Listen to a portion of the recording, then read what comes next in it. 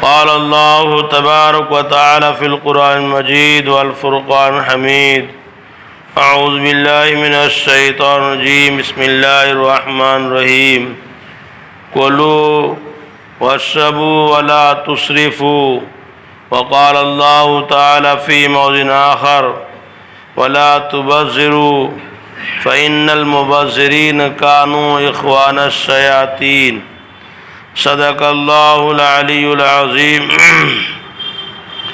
وقال النبي صلى الله عليه وسلم إن أعظم النكاح بركة أيسره معونة او كما قال علیہ الصلاۃ والسلام۔ بزرگوں اور مسلمان بھائیوں، اس سے قبل جمعہ کے اندر آپ حضرات کے سامنے نکاح اور شادی کے تعلق سے کچھ باتیں بیان کی گئی تھی کہ جب انسان ایمان والا نکاح کا پروگرام بناتا ہے اور اپنے بال بچوں کا نکاح کرتا ہے تو ان کو ابتدائی مرحلے کے اندر انتخاب سے گزرنا پڑتا ہے۔ لڑکے والے لڑکی کا انتخاب کرتے ہیں اور لڑکی والے لڑکے کا انتخاب کرتے ہیں۔ اس کے لیے اسلامی تعلیمات کیا ہونی چاہیے وہ آپ کے سامنے پیش کی گئی۔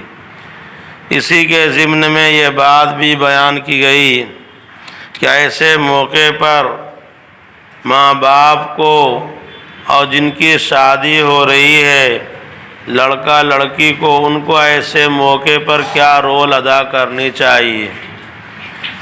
جب یہ مراحل طے ہو جاتا ہے اور انتخاب کے بعد جب بات ایک دوسرے کو پسند آ جاتی ہے تو اس کے بعد ہمارے ہاں جو رسم ہے وہ منگنی کا رسم ہے۔ ناگپور کے اندر منگنی کا رسم پایا جاتا ہے اور بھی ہندوستان کے مختلف علاقوں کے اندر یہ رسم پایا جاتا ہے۔ اس کا تعلق اسلامی شریعت سے، مذہب اسلام سے، شرعی اعتبار سے اس کی کوئی حیثیت نہیں ہے۔ اسی بنا پر آپ حضرات سنتے ہوں گے اس موقع پر بولتے ہیں رسم منگنی، وہ خود ہی رسم کا لفظ لگا دیتے ہیں۔ رسم منگنی، یہ منگنی کا رسم ہے۔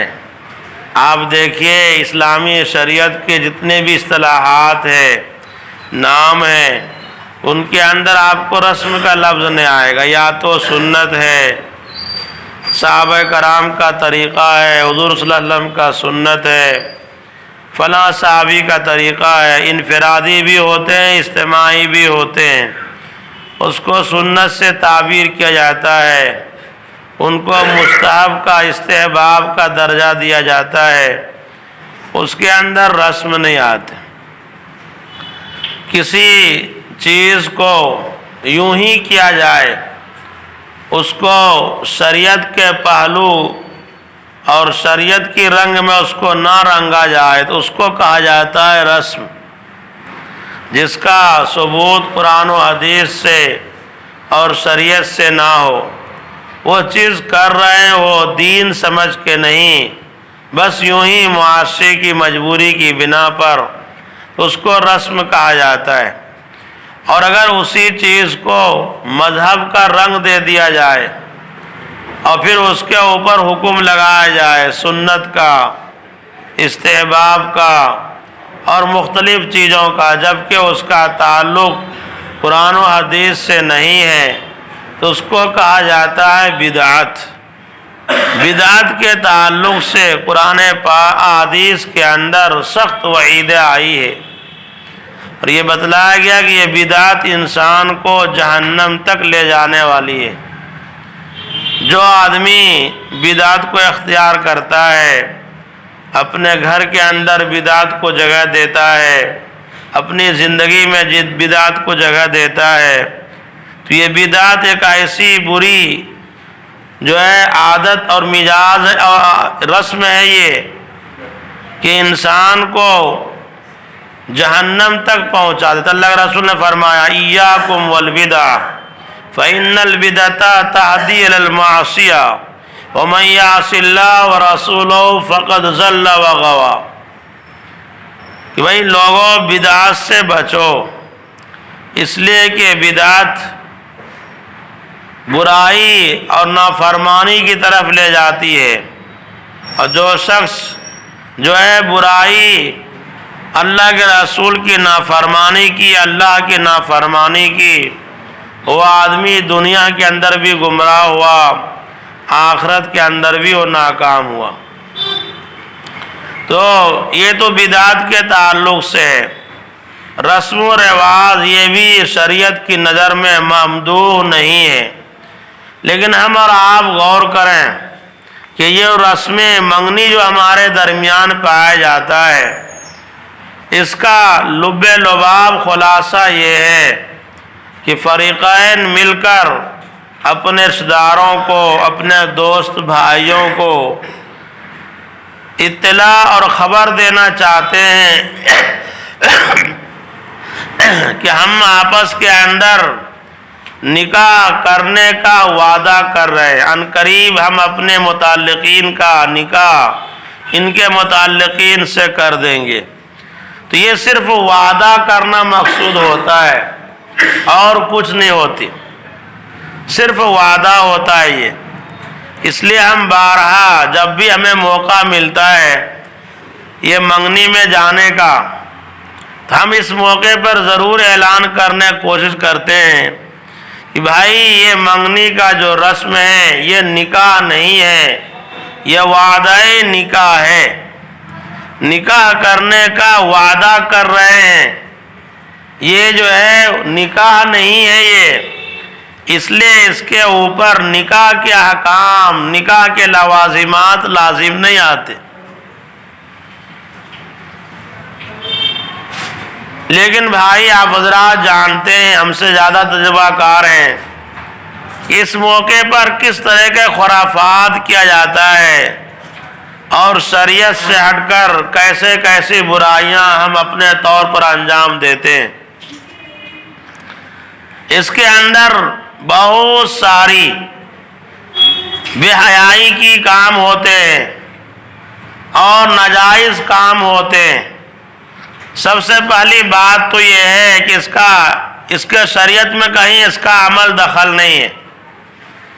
جہاں تک ہے بات پکی کرنے کا، وعدہ کرنے کا، تو وہ اتنا اہتمام اور انتظام کیے بغیر بھی یہ ہو سکتا ہے۔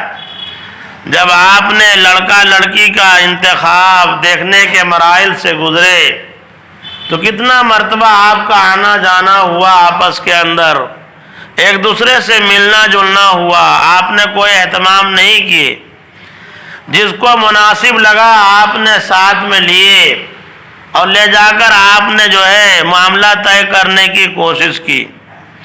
تو یہ معاملہ بھی ایسے ہی طے ہو سکتا ہے۔ بہت ہو گیا اپنے رشتہ داروں میں سے، خاندان میں سے ایک آدھ معزز، ایک آدھ بزرگ تجربہ کار آدمی کو، اثر و رسوخ والے کو آپ ساتھ میں لے لیں، ادھر سے بھی 2 آدمی 3 آدمی ہو، ادھر سے بھی 2 آدمی 3 آدمی ہو، اور آپس میں بیٹھ کر اور اس بات کا پختہ وعدہ کر لیں کہ جو ہے ہم انشاءاللہ آئندہ ہم جو ہے جلد ہی نکاح کریں گے۔ اور آج جو ایسے حالات اب ترقی یافتہ ہو گیا ہے کہ آپ اس کو پختہ کرنے کے لیے آپ ان کو کاغذات بھی بنا سکتے ہیں، صرف زبانی تک محدود نہ رکھیں۔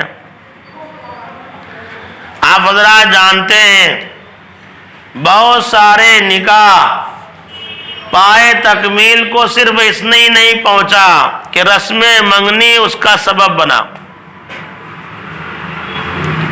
بہت سارے ایسے نکاح جوڑے ایسے ہوئے کہ دونوں فریقین کے درمیان پکے وعدے ہو گئے تھے، دیکھ سن کر کے بالکل اس کے اندر دونوں کو پسند آ گیا تھا، لیکن یہ منگنی کا جو رسم کیا یہی سبب بنا نکاح کو توڑنے کا، نکاح کو توڑنے کا۔ اور یہ نکاح وہی منگنی جو ہے یہ وعدہ نکاح ہے، وہ نکاح نہیں ہے۔ نکاح کے بعد جو احکامات زوجین کے اوپر لاگو ہوتے ہیں وہ منگنی سے، رسم منگنی سے وہ احکامات لاگو نہیں ہوتے۔ آپ اس کو اچھی طریقے سے سمجھ لیں۔ شادی سے پہلے دونوں جوڑے لڑکا لڑکی ایک دوسرے کے لیے اجنبی ہیں، ایک دوسرے کو دیکھ نہیں سکتے قصداً، ایک دوسرے سے بات نہیں کر سکتے ہیں، ایک دوسرے کے ساتھ گھوم پھر نہیں سکتے، اجنبی ہے دونوں کے درمیان۔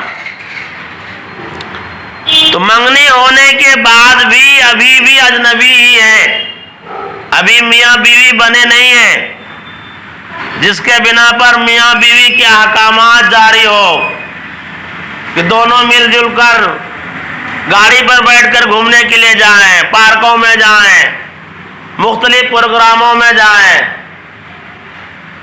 ابھی میاں بیوی بنے نہیں ہیں، میاں بیوی بننے کا وعدہ کیا ہے؟ مسلمان بھائی آپ اندازہ کر سکتے ہیں یہ کھلے عام شریعت کے خلاف امور ہوتے ہیں۔ اور منگنی ہونے کے بعد دونوں فریق، یہ تو ہم بول سکتے ہیں کہ ماں باپ ایک حد تک مجبور ہوتے ہیں، ایک حد تک مجبوری ہم سمجھ سکتے ہیں، مجبور ہو جاتے ہیں اپنی زبان بند کرنے پر، لیکن لڑکا لڑکی کے لیے کوئی مجبوری نہیں ہے۔ وہ اس طریقے سے بے حیائی کا کام اور کھلم کھلا شریعت کے خلاف امور کرتے ہیں، یہ اللہ کے عذاب کو دعوت دینے والی چیز ہے۔ اور خاندان والے، رشتہ دار، ماں باپ سب کو علم ہوتا ہے اس کا، اس کے بعد بھی زبان قابو میں رکھتے ہیں، بول نہیں سکتے، ایک دوسرے پہ بریک نہیں لگا سکتے، اور اس کے علاوہ آگے بھی مراحل طے ہو جاتے ہیں جو بہت ناگفتہ بھی ناقابل بیان ہوتے ہیں۔ یہ آپ حضرات جانتے ہیں، اس کا مشاہدہ ہوتا ہے۔ ہم لوگوں کے پاس یہ کیسز بھی آتے ہیں کبھی کبھی، کیا کریں، بات کر سکتے ہیں یا نہیں کر سکتے ہیں، مل سکتے ہیں یا نہیں مل سکتے ہیں، کیا شکل نکل سکتی ہے اس کی ملنے کی، کوئی اور شکل بتائیے نکاح سے پہلے پہلے۔ ایسے فریقین والے ربط کرتے ہیں، فریقین ربط کرتے ہیں، لڑکے ربط کرتے ہیں کہ مول صاحب کوئی راستہ نکالیے ہمارے کا، کوئی نہیں، ایجاب سے پہلے پہلے کچھ نہیں، قبول کر لو تمہارے لیے سب کچھ حلال ہے، قبول کرنے سے پہلے پہلے کچھ نہیں کر سکتے۔ مائی مسلمان بھائیوں، یہ بہت کھلم کھلا شریعت کے ساتھ کھلواڑ ہے، اور پھر اس موقع پر کیا شریعت کے خلاف امور ہوتے ہیں آپ حضرات جانتے ہیں۔ بھائی جب ایک دوسرے سے بات نہیں کر سکتے، دیکھنے کا جہاں تک مسئلہ ہے یہ بتا دیتا ہوں کہ اگر کسی لڑکا لڑکی کی پختہ فریقین ان کے اولیاء کے درمیان پختہ معاہدہ ہو چکا ہے کہ بھائی ہاں اب نکاح ہوگا، ہمیں سب چیز پسند آ گئی ہے اور اب ہونا ہے، تو حدیث میں بھی آیا ہے کہ لڑکے کو ایک مرتبہ ان کو دکھا دیا جائے، جس لڑکی سے نکاح ہونا طے پایا ہے تو نکاح سے پہلے پہلے ایک نظر اس کو دکھلا دیا جائے، یہ ہے حدیث کے اندر۔ لیکن یہ اس صورت میں ہے جبکہ لڑکے کے دل میں بھی ہو کہ اب ہم نکاح کریں گے ہی، اور پھر نکاح دکھلایا کس طریقے سے جائے، اس کے اندر اکابرین نے بڑی تفصیلات لکھے ہیں۔ دونوں اکیلے تنہائی میں نہیں مل سکتے، اس کے لیے بتلایا گیا ہے کہ لڑکی والے جو بوڑھی ہے، سرپرست ہے، وہ ساتھ میں جائے اور ساتھ میں لے کر رہے، اور 2-1 منٹ کے لیے لڑکے کے سامنے ان کو چھوڑ دے، وہ بازو میں بیٹھے رہے، کھڑے رہے، دیکھ بھائی یہی تمہاری بیوی ہونے والی ہے، بننے والی ہے، بس یہی ہے تمہاری، اتنے سے ہے، اس کے آگے نہیں۔ بلکہ اور بھی اس کے اندر کوئی ادات لکھے ہیں اکابرین نے کہ پردے کے جو سارے احکامات ہیں نا، وہ احکامات سب لاگو ہوں گے، ان کے پورے بدن کو چھپایا جائے گا برقعوں سے یا پردے سے، دستانہ پہنایا جائے گا، صرف شرعی اعتبار سے جو چہرہ ایک حد تک جائز قرار دیا گیا ہے وہ اپنے منگیتر کے سامنے کھول سکتے، لیکن ہاں اولیاء رشتہ دار لوگ، بوڑھے لوگ، ان کے بوڑھی لوگ ان کے ساتھ ہوں گے۔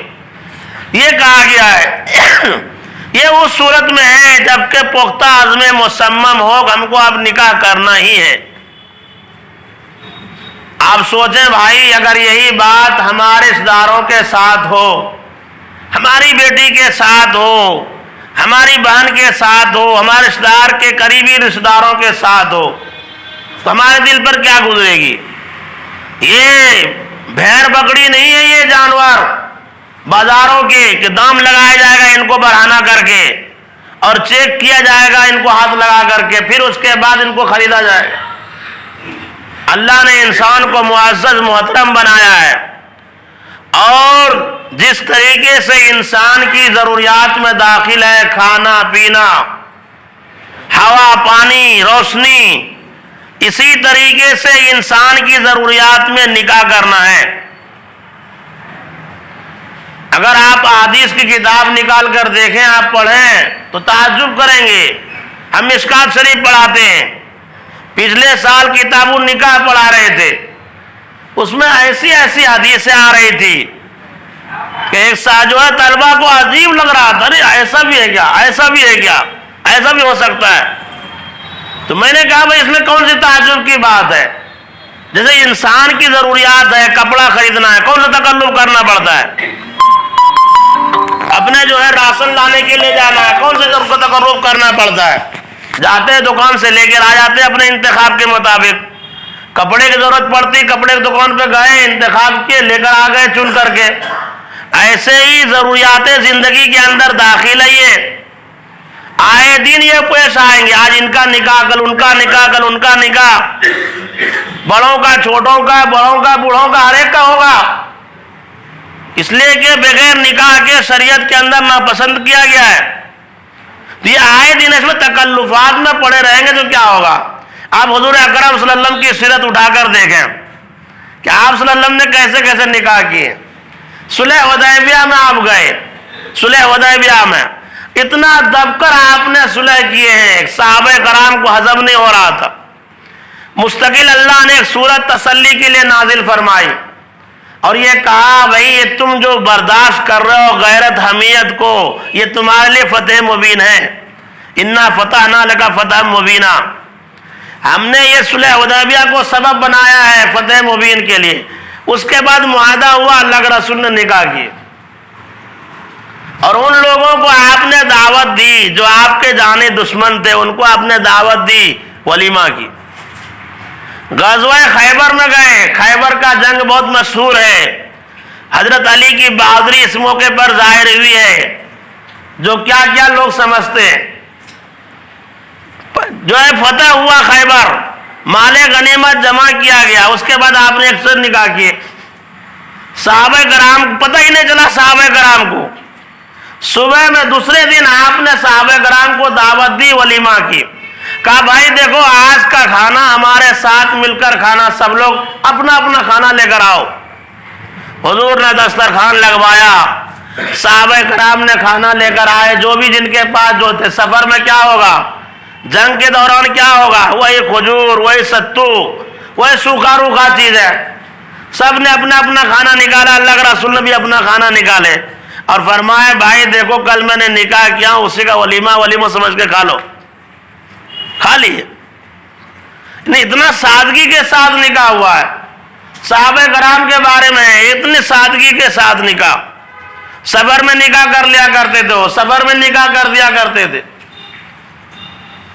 حضرت جو ہے عمر بن خطاب رضی اللہ تعالیٰ عنہ نے ایک دم سادگی کے ساتھ اپنی بچی کا نکاح کا پیغام دے رہے ہیں. حضرت عمر سے کہا کہ بھئی میری لڑکی بغیر شوہر کے ہو گئے، آپ نکاح کر لیجئے. کچھ جواب نہیں دیے. حضرت عثمان غنی کے پاس گئے، کہا بھئی آپ نکاح کر لیجئے. کہا میرے پاس گنجائش نہیں. ایک دم بالکل سادگی کے ساتھ. تو یہ ضروریات زندگی کے اندر داخل ہے بھائی. اگر اس کو ہم جو ہے بیجا تکلفات سے اگر اس کو ہم مزین کریں گے تو پریشانی میں پڑیں گے، جیسے کہ ہم پڑے ہوئے. تو کہہ رہا تھا رسم منگنی یہ نکاح نہیں ہے، وعدہ نکاح ہے. اس پر نکاح کے احکامات لاگو نہیں ہوتے ہیں. رسم منگنی سے پہلے جیسے لڑکا لڑکی اجنبی تھے، رسم منگنی کے بعد بھی اجنبی ہیں. ایک دوسرے کے ساتھ گھومنا پھرنا، بات چیت کرنا، جانا آنا، ہدیہ تحائف بھیجنا، لینا دینا سب ناجائز ہے. اور ایک اس موقع پر اولیاء ماں باپ بہت بڑی غلطی کرتے ہیں. وہ کیا؟ رسم منگنی کر دیے، اس کے بعد لمبی اب اگلی بیٹھک ہوں گے کہ کب نکاح کا تاریخ نکالنا ہے. اس کا آسان طریقہ بھائی آسان طریقہ یہ ہے کہ پہلے آپ تیاری کر لیں، آپ جمع کر لیں مال و دولت جو آپ کو خرچ کرنا ہے. لڑکی والوں کو جو کچھ بھی دینا ہے شادی کے موقع پر پہلے جمع کر لیں، اس کے بعد نکاح کا آپ شروعات کریں. اور جیسے بات پختہ ہو جائے جلدی سے آپ نکاح کر دیں. آپ حضرات ہم سے زیادہ جانتے ہیں کہ جتنا زیادہ منگنی ہونے کے بعد نکاح کی تاریخ مقرر ہوتی ہے اتنی زیادہ ہی برائیاں جنم لیتی ہیں، ناجائز کام ہوتے ہیں. اور اس موقع پر بہت سارے ایسے ہوتے ہیں بغیر نکاح کے نکاح ہو جاتے ہیں. اس لیے اولیاء کو یہ چاہیے کہ جلدی سے جتنا جلد ہو سکے نکاح کر دیں، جتنا جلد ہو سکے آپ نکاح کر دیں. دونوں ایک دوسرے کے لیے رکاوٹیں ختم کر دیں. اگر آپ نہیں کریں گے، میں اس سے پہلے بولا تھا کہ ماں باپ ذمہ دار ہوں گے. اگر وقت ہونے پر ماں باپ نے اپنے لڑکا لڑکی کی شادی نہیں کیے وقت ہونے کے بعد، تو جو بھی اس کے بعد قدم اٹھائیں گے ناجائز قدم، اس کا وبال ماں باپ پر ہوگا، اس کا گناہ ماں باپ کے نام اعمال میں شامل ہوگا. اس موقع پر اسراف کیا جاتا ہے، بہت زیادہ خرچ کیا جاتا ہے، بہت زیادہ گناہ کے کام ہوتے ہیں. بھائی یہ سب کے سب چیزیں چھوڑنے کی ضرورت ہے. اللہ قرآن پاک کے اندر فرمایا کلوا واشربوا ولا تسرفوا. بھائی کھاؤ پیو، اللہ نے دیا ہے، اچھا کھاؤ، اچھا پیو، اچھا پہنو، لیکن حد سے زیادہ تجاوز مت کرو. اور ایک جگہ کہا گیا ہے ولا تبذروا، دیکھو ناجائز کام مت کرو، شریعت سے ہٹ کے کام مت کرو. ان المبذرین کانوا اخوان الشیاطین. یہ حد سے زیادہ گناہ کا کام کرنے والا، شریعت سے ہٹ کر کام کرنے والا، یہ شیطان کا بھائی ہوتا ہے. اور شیطان جہنم میں جانے والا ہے، تم کو بھی ساتھ میں لے کر جہنم میں جائیں گے. اللہ تعالیٰ سے دعا ہے اللہ تعالیٰ ہم سب کو کہنے سننے سے زیادہ عمل کرنے کی توفیق عطا فرمائے. واعوذ باللہ رب